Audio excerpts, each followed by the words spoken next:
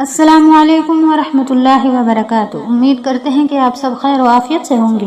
اللہ تعالیٰ آپ سب کو اپنے حفظ و امان میں رکھے۔ سوال ہے کہ بیوی کی رضامندی سے مہر استعمال کرنے کا کیا حکم ہے؟ بیوی کا مہر بیوی کی رضامندی سے استعمال کرنا کیسا ہے؟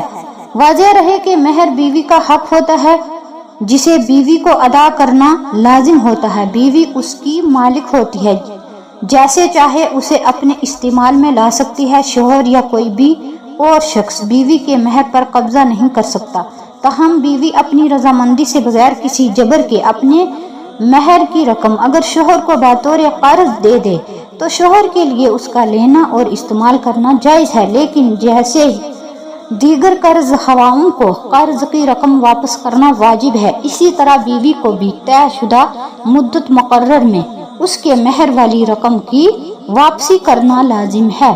مدت مقررہ پر واپس نہ کرنا اور طلب کرنے پر ٹال مٹول کرنا ظلم ہوگا جو کہ ناجائز و حرام ہے۔ اسی طرح بیوی اگر چاہے تو اپنے مہر کی رقم معاف یا بلا عوض بھی شوہر کو مالک بنا سکتی ہے، البتہ شوہر کی جانب سے از خود مجبور کرنا اور قبض کرنا جائز نہیں ہے، اس کے مہر پر قبضہ کرنا جائز نہیں ہے۔